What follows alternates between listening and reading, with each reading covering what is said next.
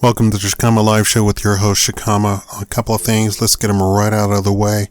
I simply want you to watch this from beginning to end.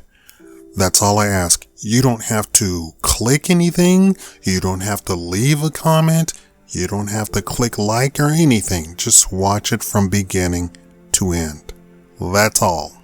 Okay, so we're going to do a review on the Rings of Power finale and the first season. It's over, it's done. You have the season, it's done. Okay, now there is nothing that they can defend on the show because now they've put all their cards on the table for the first season. How did they land Lord of the Rings, the rights to Lord of the Rings? Actually, they came out and said, the media led you all to believe that we paid $250 million to get the rights to Lord of the Rings. That was not our bid. That was Netflix's bid or somebody like that. Netflix or somebody else, right?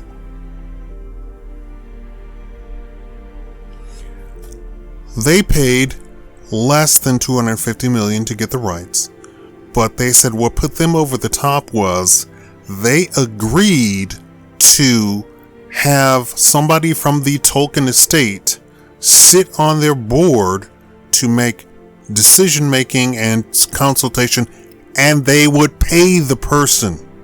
So the, I believe, grandson wholeheartedly said yes to that. Nobody else offered that. This is what they offered, and that's how they secured the rights, according to them. I don't know if any of that's true. I do know that the grandson is, in fact, being paid as a consultant. Also, when they consulted the guy, when the media interviewed the guy and asked him, is this true? Are you okaying everything that they're doing? He said yes. But I want you to understand how humans operate. If you pay a human enough money, he will say what you are doing is correct. What you are doing is right. What you are doing is honorable, right? If you pay them money, a human will say anything. And probably they're paying him millions of dollars. The budget for the actual show is $1 billion. That's the budget. That is not up for debate. That is something that they admit, and that is actually something that they promoted. Each and every episode costs $50 million. I want you to understand the kind of money we're throwing around here. The episodes do not look like $50 million. Don't get me wrong, they look expensive, but they do not look like $50 million. Why do I say that? Because the Peter Jackson movies did not cost that. The actual movies.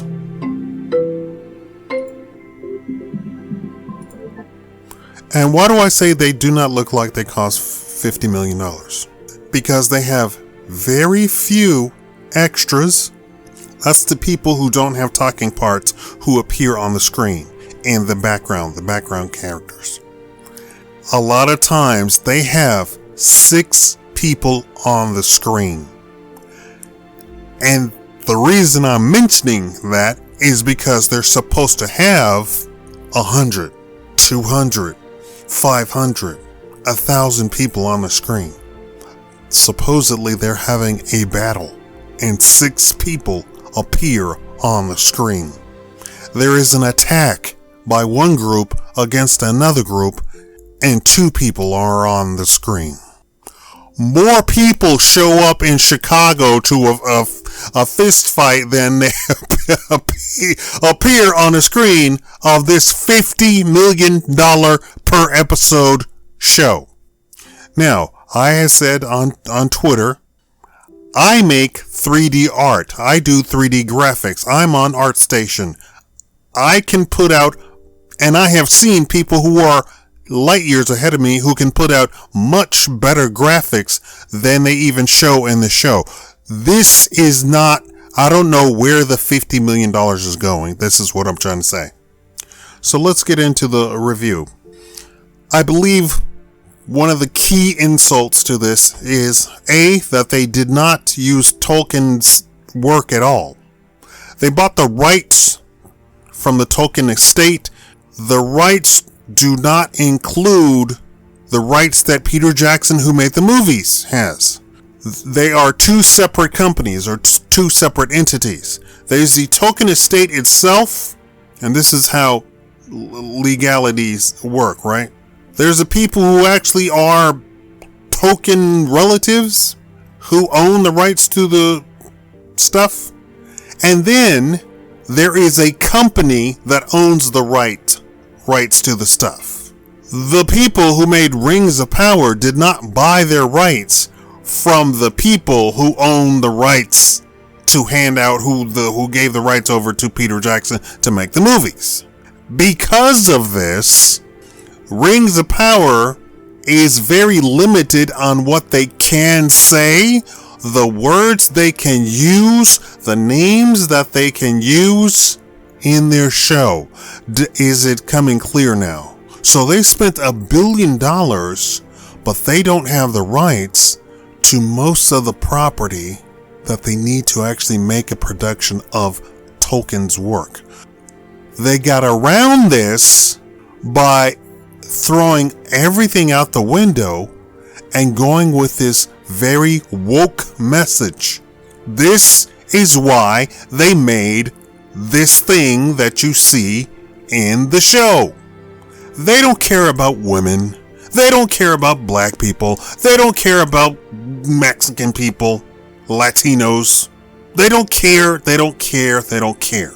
That is not what's going on. They don't have the rights that they need to have actually produced a bona fide Tolkien show. They can't mention the word Hobbit. They know for a fact that people love hobbits, but they can't mention the word Hobbit in their show. To get around this, but they wanted to include hobbits anyway, to get around this, they call them Harfoots, and they kept, in interviews, they kept insisting that the interviewer say the word Harfoot, and they were trying to distinguish the word Harfoot from Hobbit, because they can't mention the word Hobbit, because it's not a part of the licensing that they actually purchased. Now, as to the whole, we got black people, we got women, blah, blah, blah, I want you to note something. Do you know any of the people who actually star in the show? No, you don't. So they are paying very little to the actual people who appear on the screen. Also, the people behind the screen, they're paying very little to the people behind the screen. So you're getting subpar writing, subpar acting, and the only people who are worth their weight in anything are the people who are making the 3D graphics. And I'm here to tell you they're not the best. Not for a budget of $50 million, they're not the best. I have 3D graphics. I will show you 3D graphics that will blow your mind. And I'm going to do that in another video anyway, so I want you to stay tuned. So, they don't have the actual rights that they need to produce a show. They're not paying they're not paying their actors, they're not paying their writers. So they produced right out the gate, it's a subpar show to begin with.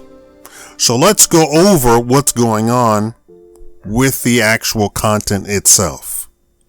Galadriel is supposed to, at the start of the show, be something like 1,500 years old. 1,500 years old. Galadriel. And she's supposed to be an elf. And we're talking about Galadriel, which is a very famous elf in the actual books, in the actual lore. She is supposed to be called the Witch of the Woods. Far-seeing, knowledgeable, wisdom. She can detect a person's true intentions right off the bat. But now you get into, well, why are they portraying Galadriel in the way that they are? Probably because they probably don't have the rights to even show you Galadriel as portrayed in the Peter Jackson movies because they don't have the rights to it. So instead, they made a woman, a very not so good looking woman, dress up in a full suit of armor and just name her Galadriel. I assume they can use the name Galadriel. Almost everybody else they made up.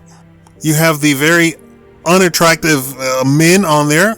You have the other unattractive people on there, and you have the Harfoots. The hobbits are supposed to be like cherubs. The little baby angels, they're supposed to have rosy cheeks, and they're supposed to be chubby and cute, and they're supposed to have curly hair like a cherub. That's the picture you're supposed to get with hobbits. And this one, because they couldn't say hobbit, they don't portray them as hobbits. They portray them as short, homeless people. And they're very evil in the show. Same thing with Galadriel. She's very evil. This is going on with the whole replacing men with women. So that's the whole woke thing coming into play. So you have this very evil acting woman because that's supposed to be empowering, because Hollywood can't write a powerful woman in the form of a feminine woman. They believe that a man is power, so they portray their women as men. Full plate armor. A woman cannot wear full plate armor. I don't care what kind of fantasy you're living in. A woman cannot wear full plate armor. A woman cannot wield a two-handed sword. Truth be told, probably 60% of men cannot wear full plate armor and cannot wield a two-handed sword. If you need to know all the wherewithals of that, you can go talk to the guy Shadeversity, the guy who deals with medieval armor and medieval weapons. He can talk to you to your blue in the face, right? Galadriel is supposed to be 1,500 years old in the show. Day one, first episode, first hour. In reality, we, humans, have examples of humans who are 60 years old. We have living examples of people who are 80 years old. We have examples of true wisdom with age, living right here on Earth. Men have had dogs with them for thousands of years. Why am I talking about that? Men do not seek out the wisdom of dogs, nor cats, nor short-lived creatures. We have short-lived humans on the planet, and at best, we try to make their time on the planet as positive and pleasant as possible, or if you're one of those people, we just ignore them, right?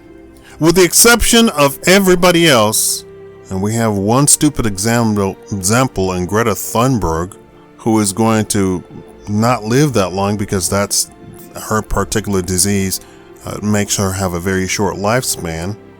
That's the only time that we've ever promoted such a person into a position where we actually listen to, and this is a child, and we're listening to her on matters well beyond not just her years, but any other person's adult's years, being in forums where people who are making world policy are discussing the situation, and she's a child lecturing them. Okay.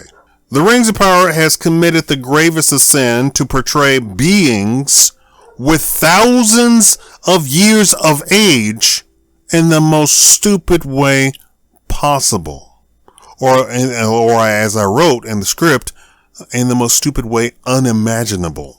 Galadriel, who is 1,500 years of age in the show, is a petulant child without any wisdom, without any power, without any eloquence, and without any knowledge. When you break down every time that she says, I'm going to demonstrate to you my knowledge of this and that and the other, it turns out to be something that is lackluster at best. Why? Because it's a woman doing physical stuff. The actress doesn't have the capability of doing the stuff. Why? Because the actress has to appear on camera with her face open in a dress a lot of times. If not, she has full plate armor, and all she does in those shots is actually walk around. The actress is probably not a 5th degree black belt in Muay Thai, Jiu-Jitsu, and Karate, right? Probably not. I don't know anything about the woman, but I'm going to go out on the limb and say she's probably, I do not know her in the martial arts world, so I am not expecting her to be pulling off double black flips in a dress. So when she demonstrates she's about to go do something heroic and fantastic, other than putting her on strings, she doesn't do anything. She does something very lackluster. It's like if you ever saw that TV show, not In Living Color, it was a Mad TV, and the guy who played Stewart, and Stewart was portrayed as a 40-year-old man who portrayed a toddler, and the toddler would say, "Look what I could do," and the toddler would jump. And the people would go, "Oh, Stewart, that's fantastic." This is how they're portraying Galadriel in this show. She is doing very lackluster stuff, but people are going, "Oh my God, that's so impressive." And they're making the scenes of the shooting of the actual camera work to work around so you don't actually see what she's doing or not doing. And then they say, "All right, and finish." And the people are in the jail, or the people are on the ground, right? because the actress just is not a, 3rd degree black belt in karate, or she's not a world champion in Muay Thai, right? She's not that. So they portray they want to have the woke thing without the woke show. And that's another part of the writing too, that a lot of times they will say, "This is amazing," but this is a TV show. You're supposed to show amazing. You're supposed to see amazing. It is supposed to be visually stunning. The only thing visually stunning in this is the 3D graphics. And everybody says that. Oh, visually stunning. 3D graphics. Not the cast. Not the acting. Not the script. And if that weren't awful enough, then you have the portrayal of Galadriel to not have anything that makes Galadriel Galadriel. The Witch of the Woods, the far-seeing, the sorceress. Instead, she has full plate armor while being 4'11", wielding swords, beating up little boys.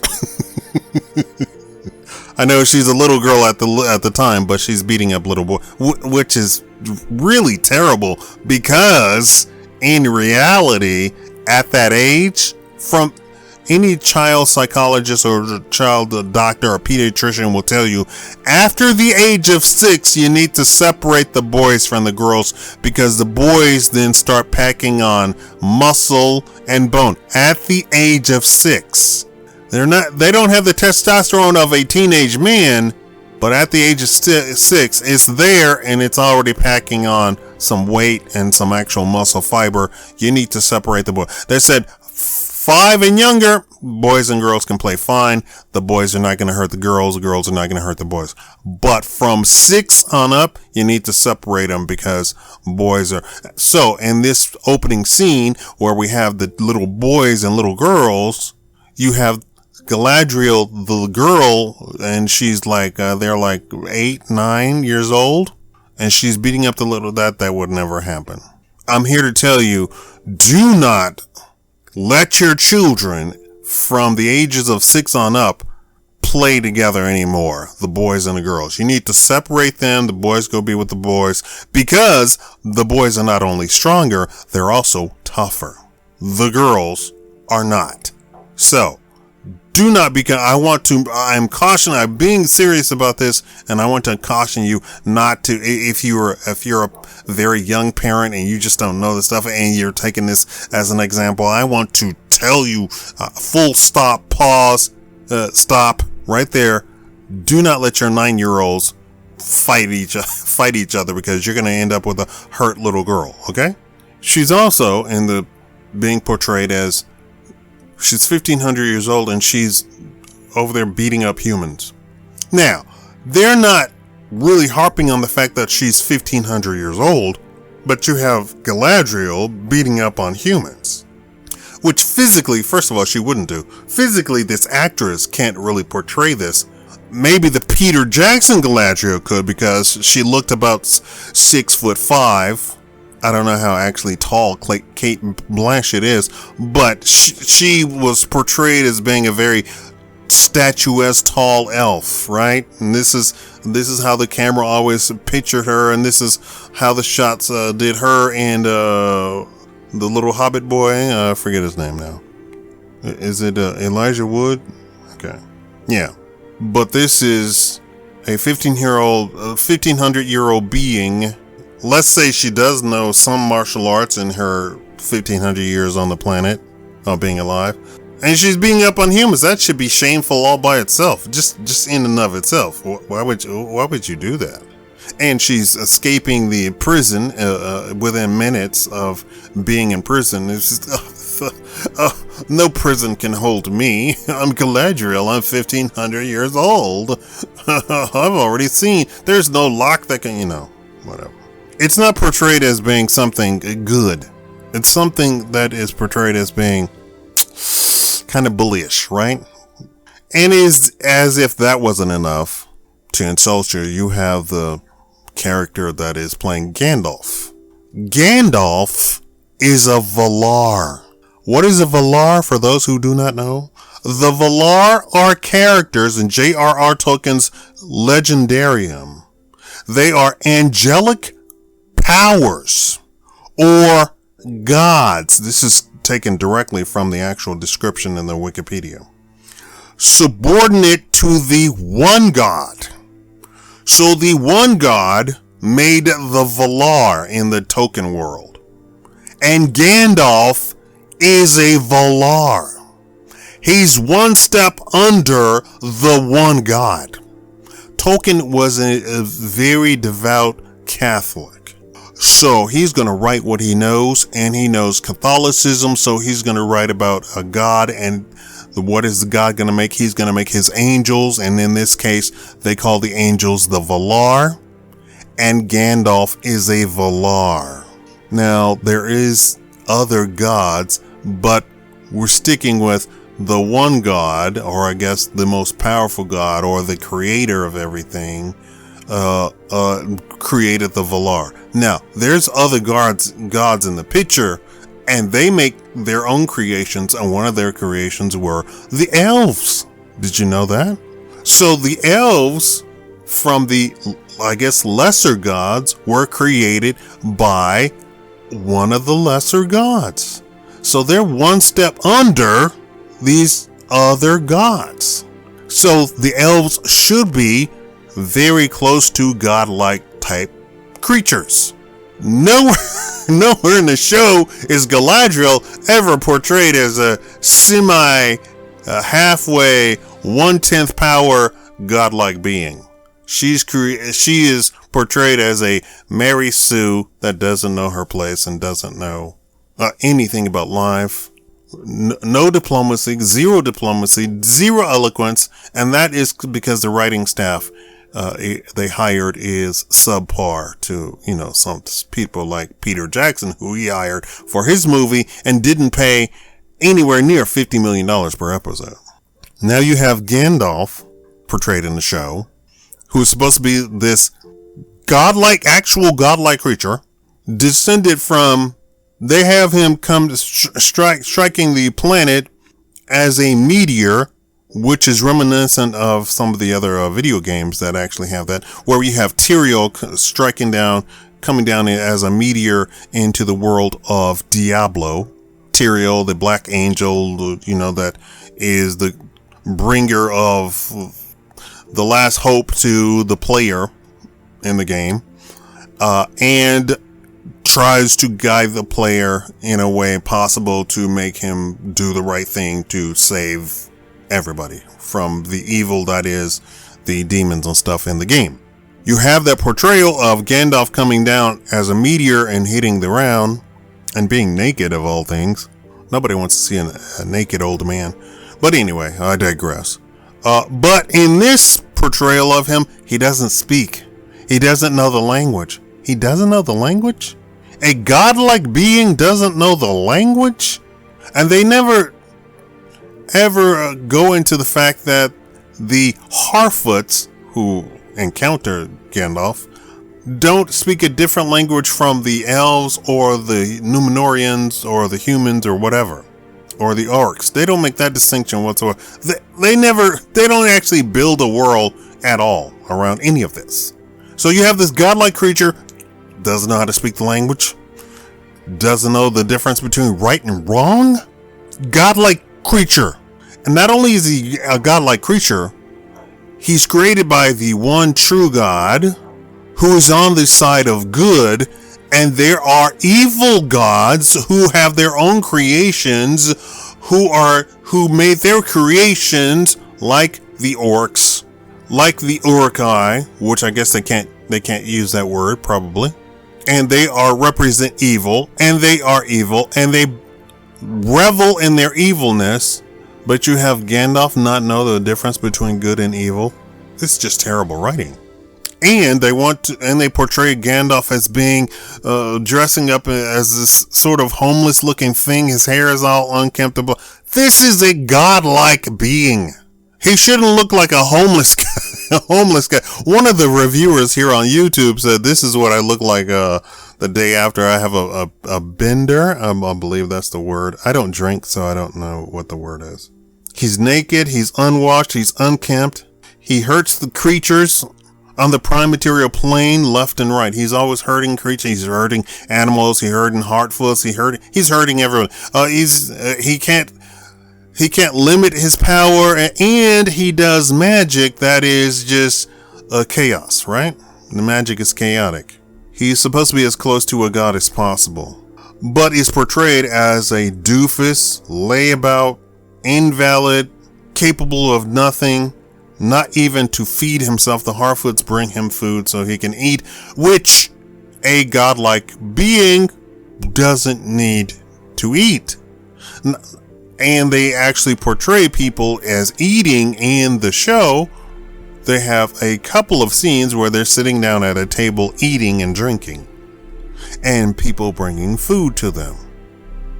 So, and the Harfoots eat and talk about there's no food, oh, we gotta eat, but Gandalf needs to eat?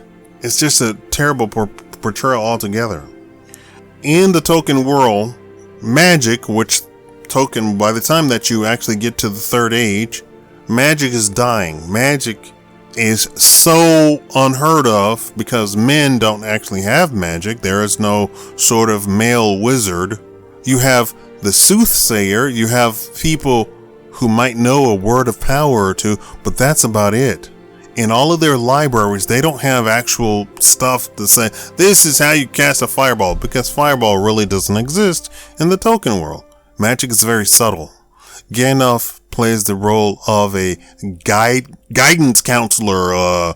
He gives you wisdom. He tries to give you hope in a time of great despair. That's his power.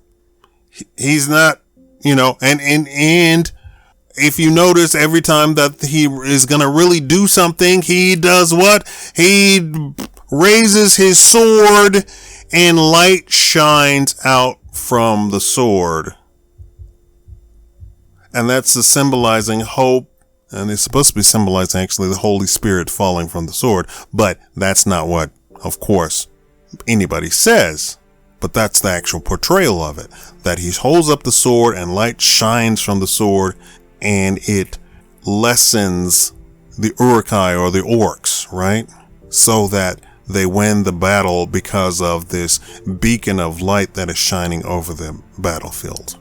And in fact, when you have the Nazgul show up and he holds up the sword and the light shines from the sword into the Nazgul shrinks away. He doesn't burst into flame, he just shrinks away. because magic doesn't work. It's a very subtle thing in the world of Tolkien in the Middle Earth. So you don't have the portrayal of Galadriel as being this powerful witch or sorceress. You don't have Gandalf being this wise, godlike creature. You don't have hobbits, because you just can't do it. And I hope that I have told you, given you a reason why. Of course, I am just doing conjecture, but a lot of this is verifiable. They cannot use the word hobbit legally. They could use it, but they'd be sued out of existence. And this is why I believe that they were portraying everything like this. And because they didn't buy the correct rights, or I guess that Peter Jackson has reserved the right to continue to possibly come out with a new future Tolkien type movie. He probably still has the rights to that, because of course he purchased the rights from that company that has the rights from the actual Tolkien estate, right? So this is what I think is going on, and why it was portrayed like this, that it doesn't touch on Tolkien because they don't have the rights to actually do that. Yes, they bought the rights, but they didn't buy the correct rights. They bought the licensing, but they didn't buy the correct licensing. So instead, they made a woke, lukewarm show. Where $50 million is going for each episode, I don't know. Also, there's people who in other reviews who went behind the scenes and showed you that they are not using the technology that they use for, say, stuff like The Mandalorian. They're doing very rudimentary stuff like just straight green screen, which you can do in a regular CW show, right? The CW actually makes fantastic use of green screen, and I've seen the actual filming of it, and it looks very terrible as an actor, and I used to act, that you were standing in this room full of green stuff, and you're looking in a direction that you think you're looking at, and you're fighting something that isn't there, and you're supposed to pretend that you're fighting the thing that isn't there, and it looks terrible behind the scenes. And this is what they're doing. $50 million? I don't get it. Somebody from the show, please tell me where are you spending the $50 million? Are the showrunners pocketing half of that? I'm willing to bet that's probably what's going on, that somebody's getting some kickback somewhere, and there's no way $50 million is being spent on the show. Thank you all for watching.